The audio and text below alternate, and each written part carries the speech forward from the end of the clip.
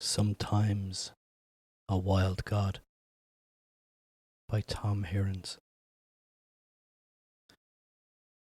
Sometimes a wild god comes to the table. He is awkward and does not know the ways of porcelain, of fork and mustard and silver. His voice makes vinegar from wine. When the wild god arrives at the door, you will probably fear him.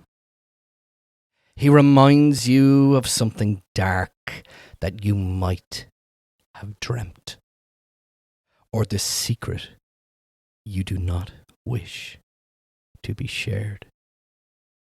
He will not ring the doorbell. Instead, he scrapes with his fingers, leaving blood on the paintwork. Though primroses grow in circles round his feet, you do not want to let him in. You are very busy. It is late or early. And besides, you cannot look at him straight because he makes you want to cry. Your dog barks. The wild god smiles. He holds out his hand and the dog licks his wounds, then leads him inside.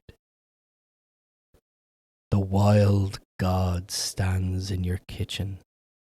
Ivy is taking over your sideboard. Mistletoe has moved into the lampshades, and wrens have begun to sing an old song in the mouth of your kettle. I haven't much, you say, and give him the worst of your food. He sits at the table, bleeding.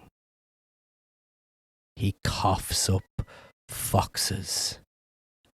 There are otters in his eyes. When your wife calls down, you close the door and tell her it's fine. You will not let her see the strange guest at your table. The wild god asks for whiskey, and you pour a glass for him, then a glass for yourself. 3 snakes are beginning to nest in your voice box. You cough. Oh, limitless space. Oh, eternal misery. Oh, endless cycles of death and birth. Oh, miracle of life. Oh, the wondrous dance of it all. You cough again. Expectorate.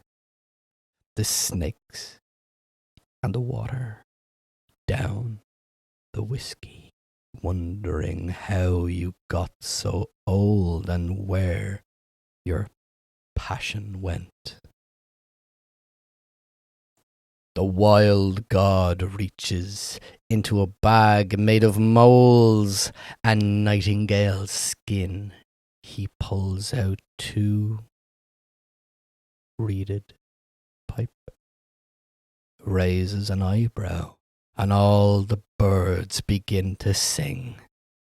The fox leaps into your eyes, otters rush from the darkness, the snakes pour through your body, your dog howls, and upstairs your wife both exults and weeps at once.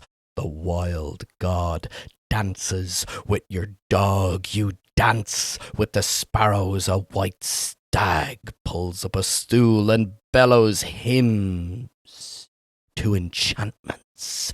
A pelican leaps from chair to chair. In the distance, warriors pour from their tombs. Ancient gold grows like grass in the fields.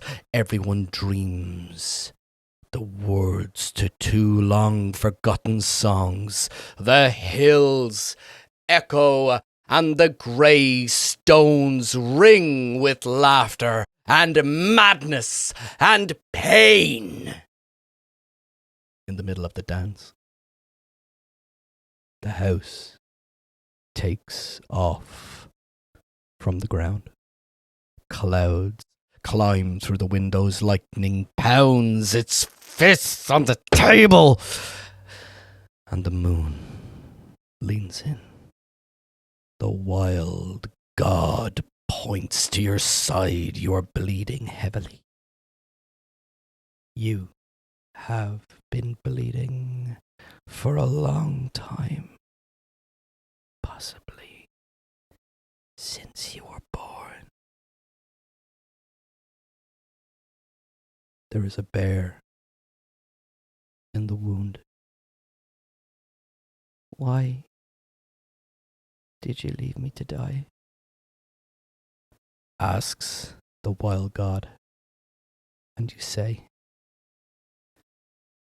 I was busy surviving. The shops were all closed. I didn't know how.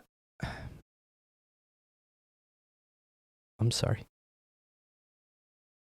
Listen to them.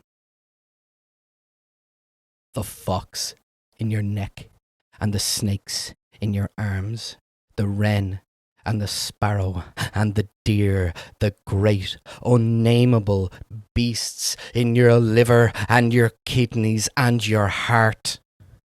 There is a symphony of howling, a cacophony of dissent. The wild god nods his head and you wake on the floor holding a knife, a bottle, and a hand full of black fur. Your dog is asleep on the table. Your wife is stirring far above. Your cheeks are wet with tears. Your mouth aches from laughter or shouting. A black bear is sitting by the fire. Sometimes a wild god comes to the table. He is awkward and does not know the ways of porcelain, of fork, and mustard, and silver.